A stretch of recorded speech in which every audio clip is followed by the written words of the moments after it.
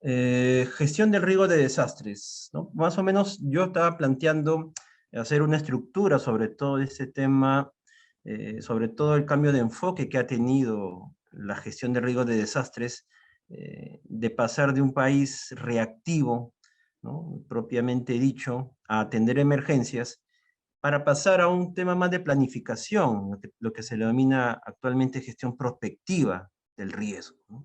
Entonces pueden observar ahí el distrito de Comas, en el cual yo estoy desempeñándome, ¿no? Es un distrito que tiene unas características muy singulares, ¿no? Está al lado del río Chillón, en el margen izquierda. También hay viviendas asentadas en zonas de laderas, ¿no?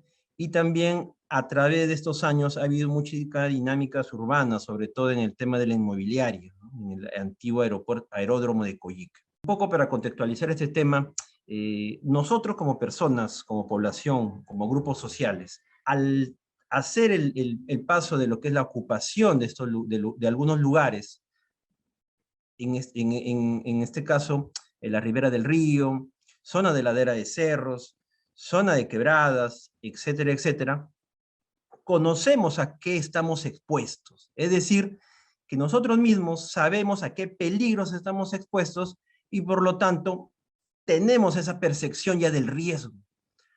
A través de ello, a través de estos años, ese enfoque ha cambiado, ¿no?, principalmente en temas normativos, para planificar el territorio y sobre todo la ubicación de estos centros poblados o grupos sociales.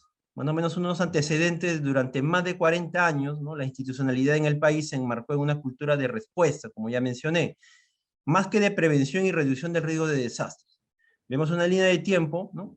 Y aquí hay un escenario muy importante, el año 1970, ¿no? Se da el famoso terremoto en Ancash con aluvión en la ciudad de Yungay, y cambiamos el enfoque, ¿no?, en este tema reactivo, ¿no?, con la creación de este Sistema Nacional de Defensa Civil, a través de su órgano rector, que fue el Instituto Nacional de Defensa Civil, el INDECI, que se creó el año 72, luego del terremoto de Yungay, ¿no?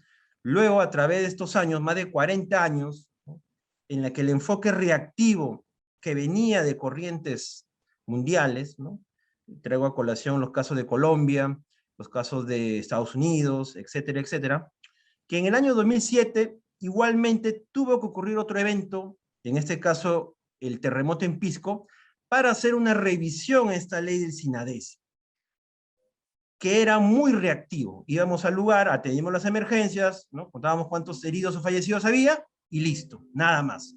Éramos reactivos.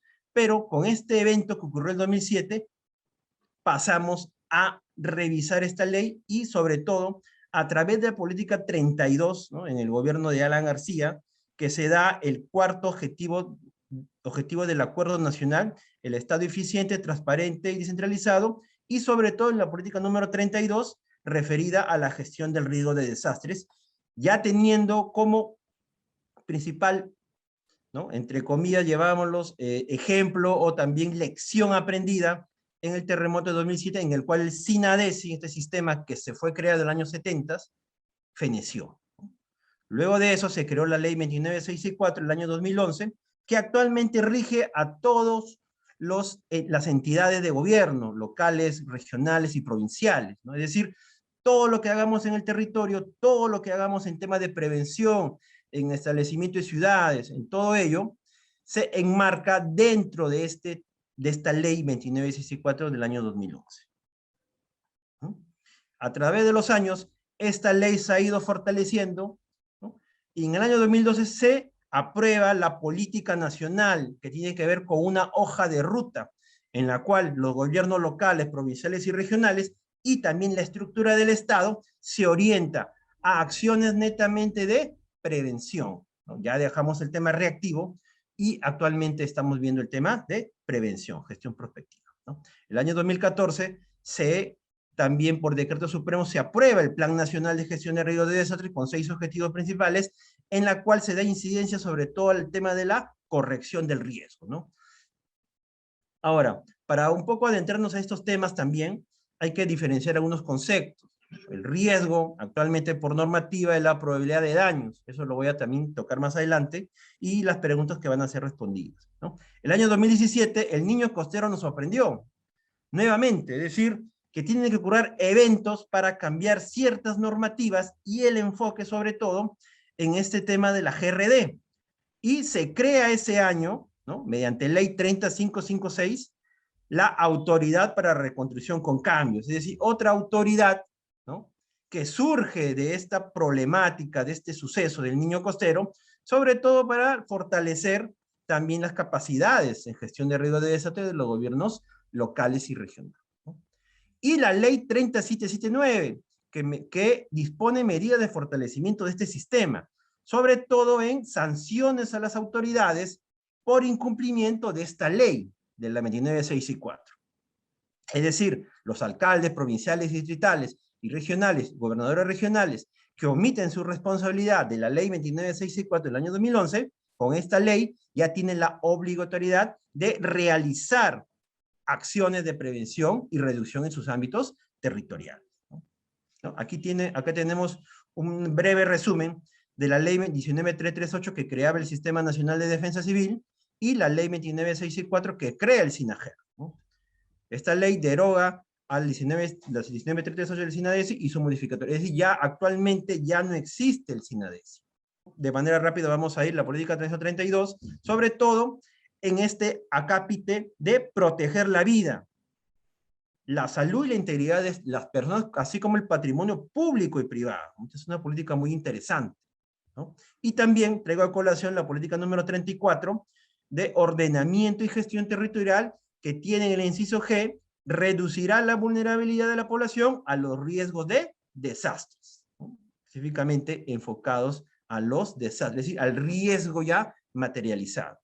Acá tenemos nuevamente la ley, ustedes pueden ver ahí que es un sistema interinstitucional, hay que tener claro eso, es sinérgico, es descentralizado, es transversal y sobre todo es participativo, ¿no? Todo conociendo cómo está establecido este sistema en la cual nosotros como población también estamos presentes dentro del sistema. Acá tenemos también el Plan AGER del 2014-2021. Este año el Plan AGER va a entrar en revisión, porque ya han pasado 7 años en la cual los gobiernos locales y regionales vamos a hacer un balance de cuánto se ha avanzado en implementar los procesos de la gestión de riesgos de desastres y también los objetivos de este Plan Nacional de GRD, ¿no?, en la cual la visión era una sociedad segura y resiliente ante el riesgo de desastres, y el objetivo nacional es reducir la vulnerabilidad de la población y sus medios de vida ante el riesgo de desastres. Aquí, un poco para entrar justamente en este tema del taller, el cambio de enfoque que hemos tenido, ¿no? Pasamos de la ley del SINADESI, de una administración del desastre, ¿no?, íbamos a atender las emergencias, ya todo estaba consumado, y con esta nueva ley gestionamos el riesgo de desastre, o sea, antes de producido el desastre, antes de el riesgo, teniendo en cuenta los peligros por un lado, la vulnerabilidad de las personas, y por lo tanto, el riesgo vendría a ser la probabilidad de daños causados por esta simple ecuación. Acá una parte interesante, planificación del desarrollo evitando la generación de nuevas condiciones de riesgo. Conocer las condiciones del riesgo de desastre e incorporar la información de las condiciones de riesgo en la toma de decisiones. Esto acá es muy importante y sobre todo muy crucial. Las condiciones de riesgo, la información que se tiene en sus ámbitos territoriales, deben ser de pleno conocimiento de las autoridades y sobre todo para establecer políticas de gestión de riesgo locales, presupuestos para invertir en infraestructura para mitigar y reducir el riesgo, y sobre todo en todos los instrumentos de gestión pública, el ROF, el MOF, el TUSNE, el TUPA, etcétera, etcétera. En todos estos procedimientos administrativos de la municipalidad y en todos los instrumentos debe ir el enfoque de gestión del riesgo, sobre todo en la planificación del desarrollo. ¿Cómo está compuesto este sistema? Tenemos a la cabeza al presidente de la República, tenemos un Consejo Nacional de Gestión de Riesgo en la cual están todos los ministerios, tenemos el rol y ente rector articulador, que es la PCM. Tenemos por un lado los dos brazos del sistema, el CENEPRED y el INDECI. El CENEPRED fue creado con la ley 29664 y el INDECI ya venía creado por la ley 19338 del SINADECI. Tenemos los roles ejecutores que vendrían a ser los sectores, los gobiernos regionales y los gobiernos locales. Tenemos un rol financiero, no podemos hacer nada sin inversión, sin dinero. Tenemos aquí el MEF y también el rol promotor participativo, en la que vendrían aquí estar presente la población, el sector privado, ONGs, universidades y otros actores. Los objetivos, ¿no? De manera rápida, identificar, articular, promover la reincorporación de la GRD en los procesos de planificación y prevención y reducción del riesgo. Igualmente tenemos la promoción de la participación, la articulación de la política nacional con otras políticas de desarrollo, como por ejemplo la política nacional del ambiente, la política de suelo, la ley general también del Sistema Nacional de Áreas Naturales Protegidas, etcétera, etcétera. Disponer también de información a través de un sistema de información que actualmente está en operatividad, que es el SIGRIT, ¿no? que es administrada por el CENEPRED, para la formulación de planes, programas y proyectos. Y sobre todo, atención oportuna de la población en emergencia. Es decir, que a la vez que tú planificas de manera prospectiva y reduces riesgos existentes en la gestión correctiva, ¿no? Vamos a un poco a andar más adelante, también hacemos el tema de gestión reactiva, pero es preferible no llegar a hacer la gestión reactiva, porque se invierte más dinero en reconstruir ciudades, se invierte más dinero en atender a damnificados y por lo tanto nos sale más costoso. Ya hemos definido qué es el SINAGER, ¿no? Y este sistema se articula sobre todo con las instituciones y también se tiene que implementar a través de principios, lineamientos, componentes, procesos e instrumentos, ¿no? Imagínense implementar un gobierno regional o un gobierno provincial o un gobierno local de todos estos instrumentos y procesos demora y sobre todo al no haber también personal calificado para implementar estos procesos, ¿no?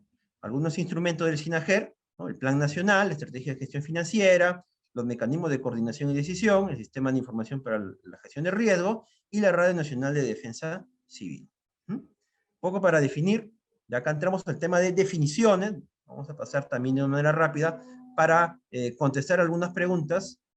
Acá nos dice Sofía Martín, no tenemos cultura de prevención, ¿no? A pesar que el riesgo de desastres naturales, ahí también hay que hacer una acotación, los desastres no son naturales, ¿no? Hay que tener en cuenta eso, ¿no? Los desastres son causados por las malas prácticas de la población, en temas constructivos, en temas de exposición, en temas también de fragilidad, la resiliencia de las personas igualmente, ¿no? Por lo tanto, los desastres no son naturales, ¿no? Acá también nos dice procedimiento para decretar el estado de emergencia, ¿no? Eso también lo vamos a, acá, emergencia ambiental, ¿no? Este tema de emergencias ambientales tienen que ver con el MINAM, ¿no? A ver. ¿Qué es la GRD? La GRD es un proceso social, y aquí, nosotros que somos profesionales de las ciencias sociales, ¿no? Aquí ya tenemos una participación que debe ser muy activa, cuyo fin es la prevención, reducción y control permanente de los factores del riesgo de desastre. Sin población no habría riesgo, hay que tener en cuenta eso. Si se da un sismo fuerte en la selva de Loreto, donde no hay población, no sería catalogado como desastre, sino sería un simple fenómeno natural. Cuando hay afectación de viviendas, cuando hay afectación de la vida humana, ¿no? Cuando hay afectación de medios de vida, ahí podríamos llamarlo desastre. Proteger la vida de la población y el patrimonio de las personas y el Estado, y sobre todo la GRD se basa en investigación, ¿no? Tesis que se hacen en temas de gestión de riesgo o vulnerabilidad, también por otro lado, o medios o temas de aspectos físicos, también incorporan y son incorporados sobre todo en la gestión de riesgo de desastre. Hay que tener en cuenta eso. ¿Cuáles son los componentes de la GRD? De manera rápida, ya me he adelantado un poco. Tenemos por un lado la gestión prospectiva, la correctiva y la reactiva. ¿Qué es lo que se hacía antes en el Perú? La gestión reactiva. Éramos campeones en temas de gestión reactiva y actualmente lo que mejor funciona es la gestión reactiva, ¿no? Eso también es una paradoja también de todo este cambio de enfoque. La gestión prospectiva, ¿no? Acciones que se planifican y realizan con el fin de evitar el riesgo futuro. La gestión correctiva, el conjunto de acciones que se planifican y realizan con el objetivo de corregir el riesgo existente. Y la gestión reactiva es el conjunto de acciones y medidas destinadas a enfrentar sobre todo los desastres con la evaluación de daños, la atención de damnificados, ¿no? Planes de rehabilitación, etcétera, etcétera. Aquí se vendría a hacer la materialización del riesgo o también sea por un peligro inminente. De manera rápida, riesgo futuro podría originarse, ¿no? Interviene sobre el riesgo futuro la gestión prospectiva sobre el riesgo existente, ¿no? Esta diapositiva, para que puedan ustedes más ahondar en conocimiento, se le va a compartir también con los interesados, ¿no? A través de la coordinación, ¿no? Para que lo puedan tener, ¿no? Lo voy a pasar de manera rápida. En gestión reactiva, ¿no? Acá abrigo, techo, alimentación, y la gestión reactiva interviene sobre el riesgo no reducido, ¿no? Hay que tener en cuenta que el riesgo, probabilidad de daños, según normativa vigente, no podemos reducir a cero, no podemos, siempre va a haber una probabilidad, ¿no? de lo que ocurra. No podemos nosotros, a pesar de medidas, reducir el riesgo a cero, ¿no? Eso es imposible, ¿no? Luego va a haber intervención, a ver, para un poco continuar. Y los procesos son estos.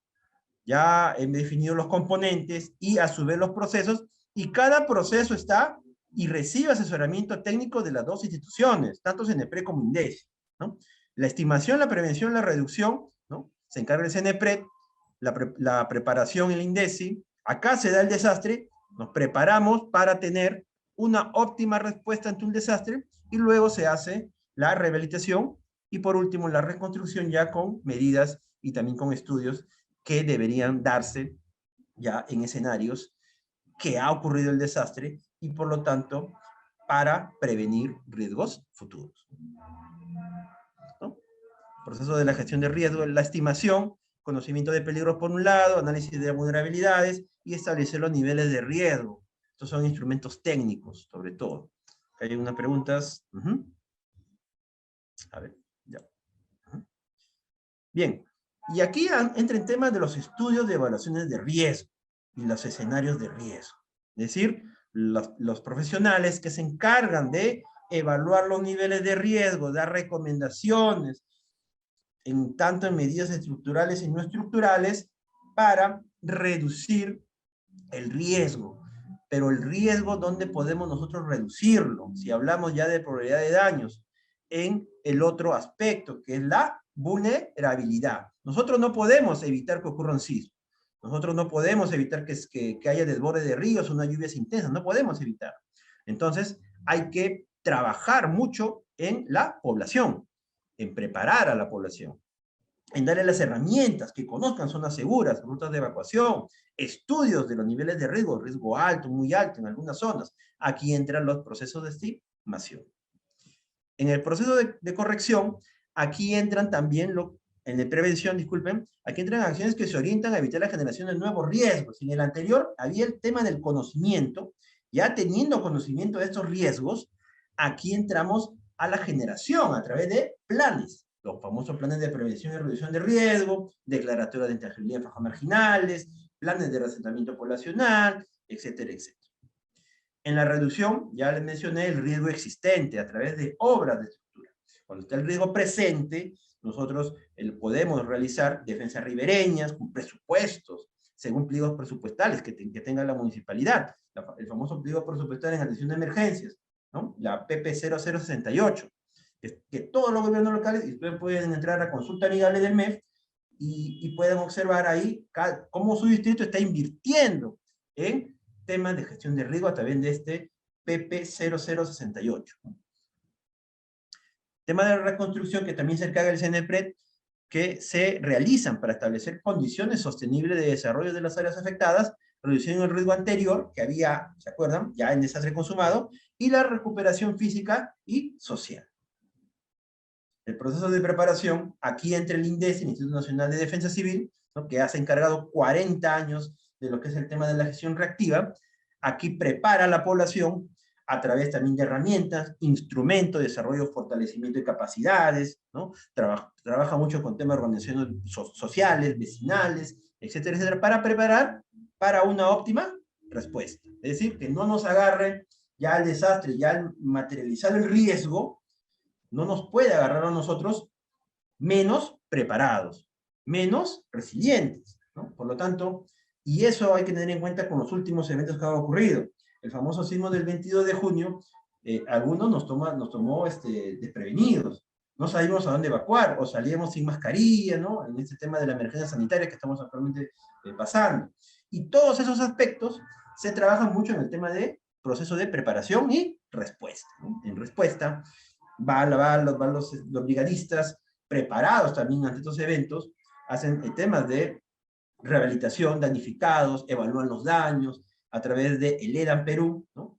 Y toda esta información va a subir al SINPAT, que es el Sistema Nacional de Prevención y Atención de Desastres, del INDECI, en la cual, a través de formularios, podemos llevar ayuda humanitaria a las poblaciones que han sido damnificadas. Proceso último de rehabilitación, conjunto de acciones reconducentes al restablecimiento temporal de servicios básicos, y el INDECI se encarga de coordinar estos procesos de rehabilitación, ¿no? De manera rápida, a través de estos 7 procesos también hay subprocesos. En estimación son 6 procesos, de prevención son 8 procesos, en reducción son 10 procesos, subprocesos, en reconstrucción son 10 subprocesos, preparación, respuesta y rehabilitación, igualmente son 6, 8 y 4 subprocesos. Es decir, todos estos componentes, procesos y subprocesos deben ser implementados en cada entidad de gobierno. Imagínense toda esta cantidad de trabajo, de procedimientos, de herramientas que deben ser de manera obligatoria implementados dentro de sus ámbitos jurisdiccionales, ¿no? Y por último, ya finalizando el tema normativo, que es un poco pesado, pero lo que trabajamos en gestión de riesgos de desastres, ya conocemos estos temas, y por lo tanto nos apoyamos mucho en estos temas normativos para elaborar informes oculares, informes de inspecciones inopinadas, etcétera, etcétera, ¿no? Este año salió la Política Nacional de Gestión de Riesgos de Desastres al 2050, un escenario de más o menos aproximadamente unos 29 años. A través de esta política nueva nacional, reemplaza la del año 2012, ¿se acuerdan? Del 2012, creada luego del SINAGER, del Sistema Nacional. Esta política nacional sobre todo incluye alrededor de 6 objetivos estratégicos, ¿no? Y lo novedoso o lo nuevo que se ha dado a través de esta política nacional de GRD vendría a ser el tema de la inclusión. El tema de la inclusión sobre todo en aspectos de género, ¿no? El tema de los roles que juegan, ¿no? O los roles también que tienen de mayor importancia, tanto hombres como las mujeres. Es decir, que el rol aquí de la inclusión también es muy importante, ¿no? Por ejemplo, traigo a colación que las señoras madres, ¿no? Pasan más tiempo en su casa, ¿no? Y el papá va a trabajar, ¿no? Por lo tanto, la persona que está en contacto más con los niños, ¿no? En este caso, y también administra el hogar, ¿no? Hay que decirlo de esta manera, ¿no? Es la que tiene un grado de responsabilidad, sobre todo en el actuar y en la preparación. Estos temas se han ido articulando y se dan el tema de la inclusión, ¿no? Y también aspectos sobre todo de ya no darle un poco más de importancia, ¿no? Como ya les mencioné, al tema reactivo, y darle mayor importancia al tema de la planificación y la gestión prospectiva y correctiva. Un poco para ya conceptos algunos básicos he estado definiendo, es el peligro, la probabilidad de ocurrencia de un fenómeno de origen natural potencialmente dañino, ¿no? La caída de roca a través de un movimiento sísmico, por lo tanto, va a afectar a una vivienda. A su vez, los elementos expuestos se refieren a elementos de las dimensiones sociales, económicas y ambientales. Dentro de este Sistema Nacional de Gestión de Riesgo de Desastres tenemos diversas dimensiones, ¿no? Algunas 4 dimensiones, en la que estos elementos expuestos, debido a su condición de exposición, van a sufrir el impacto mayor de un evento de origen natural. La vulnerabilidad, susceptibilidad de la población, la estructura física o las actividades socioeconómicas. Aquí tenemos la vulnerabilidad de esta casa está expuesta, ¿no?, en la ladera de cerros, a la caída de una roca. ¿Mm? La exposición también vendría a ser, por el tema de la vulnerabilidad, referida a decisiones y prácticas que ubican al ser humano y su medio de vida en la zona de impacto. Y eso en Lima tenemos un montón. La fragilidad igualmente, el tipo de material constructivo de la vivienda, ¿no? Bien, pica de rocas, calaminas que están bien expuestas a peligros de inducción humana, como los incendios, etcétera, etcétera. ¿No? La resiliencia, que vendría a ser referida al nivel de asimilación. El término resiliencia cambia según el ámbito o según el tema también que se estudia, ¿no? Por ejemplo, la resiliencia en gestión de riesgo vendría a ser el nivel de asimilación, el nivel de recuperación, ¿no? Condiciones, también está asociada a condiciones sociales y de organización de la población. Una población organizada, con brigadas, conociendo sus zonas seguras, sus rutas de evacuación, su resiliencia es más alta que otras que no han recibido capacitación, ¿no? La resiliencia también, como ya mencioné, en temas ambientales, en temas también de sociología, entra mucho esto. Y el riesgo de desastre, que vendría a ser la probabilidad de que la población y su medio de vida sufran daños y pérdidas a consecuencia de su condición de vulnerabilidad y el impacto de un peligro. Y la famosa ecuación, ¿no? Riesgo es igual factores, ¿no?, algunas condiciones de peligro por vulnerabilidad. El desastre ya vendría a ser todo lo consumado, el riesgo ya materializado, con pérdidas, con consecuencias, ¿no?, daños, etcétera, etcétera. Es decir, que nosotros, ¿no?, en lo que trabajamos en gestión de riesgo, debemos evitar llegar a desastre. Debemos evitar a que ocurra el desastre. Y para que no ocurra el desastre, debemos gestionar ese riesgo, las condiciones de vulnerabilidad a las que están expuestas estos grupos sociales y también la población en general ante un peligro o amenaza. Acá tenemos peligro, riesgo, vulnerabilidad. Si el evento ocurre, entonces hay un desastre, ¿no? El riesgo materializado, lo que debemos evitar. Que tenemos un ejemplo: elementos expuestos, elementos susceptibles, etcétera, acá, y trae a colación el tema de Chosica, ¿no? En la zona de Chosica siempre se da estos temas, siempre, siempre, ¿no? Malas prácticas, los alcaldes no trabajaron de manera adecuada, poca articulación con la población, ¿no? Y se le dice a la población: señores, tienen que hacer el tema de reasentamiento, tienen que salir de ese lugar. Pero las poblaciones, ¿no?, hay que tener en cuenta también el arraigo de la zona, ¿no? Aquí entra, teniendo a colación un poco, trayendo lo que he estudiado de geografía, la topofilia, ¿no?, el amor al lugar, ¿no?, el amor al lugar, a la zona donde vive. Y por lo tanto, ya para finalizar, a mayor exposición hay mayor vulnerabilidad. Te expones mucho, eres más vulnerable. A mayor fragilidad hay una mayor vulnerabilidad. Las condiciones de tu casa están casi autoconstruidas o ha tenido un proceso de autoconstrucción en su totalidad, por lo tanto tu casa es muy frágil, es decir, es mayor vulnerable. Y a mayor resiliencia, mayor preparación, mayor fortalecimiento de capacidades, ¿no?, conocer una segura ruta de evacuación, hay una menor vulnerabilidad. Es decir, nosotros debemos hacer incidencia en la vulnerabilidad, sobre todo en el componente de la resiliencia. Y bien, un poco para finalizar, algunas reflexiones finales en todo este tema de la gestión de riesgos de desastres. La gestión de riesgos de desastres principalmente es un proceso social, y desde ahí hay que partir. Lastimosamente, con esta ley, ¿no?, hay algunos vacíos, ¿no?, normativos, sobre todo, en darle mayor importancia a la participación de la población. Por lo tanto, todo viene de los altos decisores, ¿no?, llamámoslo así, para que puedan articular, ¿no? O sea, sin la participación de la población, no se puede hacer una buena gestión del riesgo de desastre. Hay que tener en cuenta eso. Sin la población, no habría o no se darían las condiciones de vulnerabilidad. Por lo tanto, el riesgo ya no estaría presente, no se darían los desastres, ¿no? Eso por un lado. Y por otro lado, ese tema también es un poco ingrato, hay que decirlo. Siempre tienen que ocurrir eventos fuertes para tomar conocimiento de lo que estamos nosotros expuestos, o somos vulnerables. Y eso lo traigo también recordando el evento último, que fue de magnitud 6 en Mala, ¿no?, el sismo, imagínense que hubiera sido una magnitud 8, ¿no? No querramos todavía eso, ¿no? Pero es muy importante conocer estos temas, ¿no? Y sobre todo que los profesionales en ciencias sociales, ¿no? Los geógrafos, sociólogos, trabajadores sociales, ¿no? Antropólogos, están incorporando también la gestión de riesgos de desastre, ¿no?